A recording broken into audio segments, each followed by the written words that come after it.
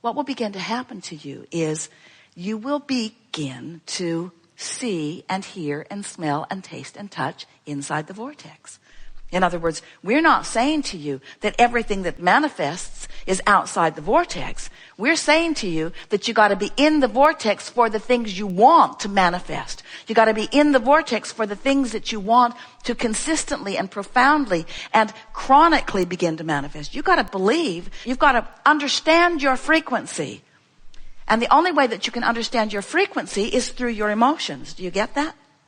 What do you want to talk about? We'll take thought beyond what it has been before. It is certain we can feel who you are. Be playful about it. Don't worry if we don't call you to the chair. Everyone who sits here is in the process of helping you to know what it is you want to know.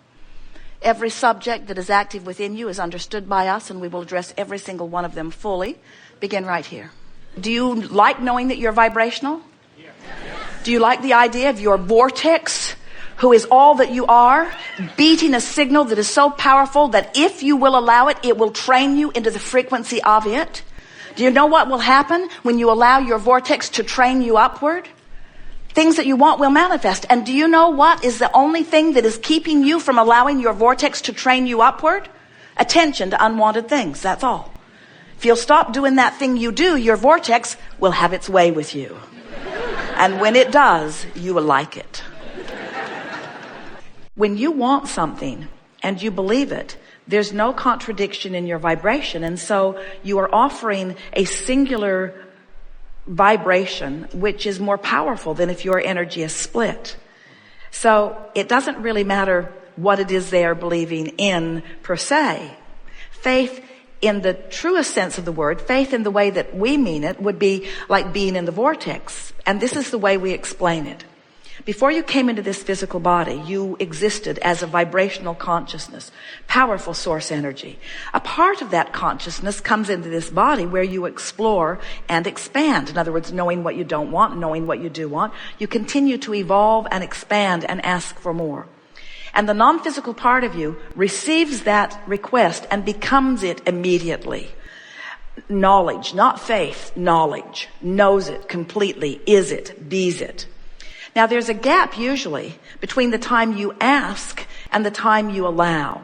And if you stand in an attitude of hopefulness or expectation, or what one might call faith, if you stand in a vibration of expecting, now there's little resistance in your vibration, and so what you are asking for then is revealed to you. That's why so many different people from so many different religions asking for so many different things all come to the common denominator of faith. Because there is not a giant right and wrong in the sky. There is life that is carved out by the individual desirer or creator, and then source accommodating, law of attraction facilitating, and faith is what brings you into vibrational alignment with it. You could say that faith and allowing are about the same thing. When you stood before Jesus, you were speaking of Christianity, dripping your illness, he was a healer who did not allow himself to even go to where your illness was. In other words, he did not acknowledge you in your illness. Instead, he knew you in your wellness. And because he knew so completely your wellness and offered the singular expression of that which is source energy, your illness could not abide in that vibration. And he said to you, it is your faith that makes you whole. It is your belief that makes you well. That's what he was talking about. Now, someone else could come, a physician today could come and say, it is illogical. In other words, this person has this, the evidence is shown in these tests, in these blood tests, in these x-rays.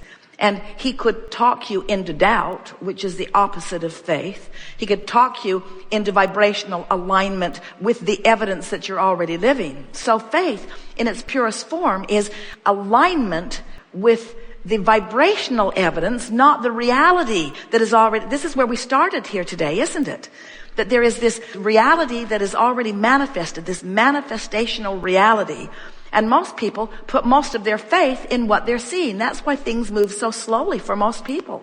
They believe what they see, but they don't believe it until they see it. What faith is believing it before you see it, believing it before it is manifested. Believe it while it is in the vibrational state, before it is in the manifestational state, and then it will become manifestational.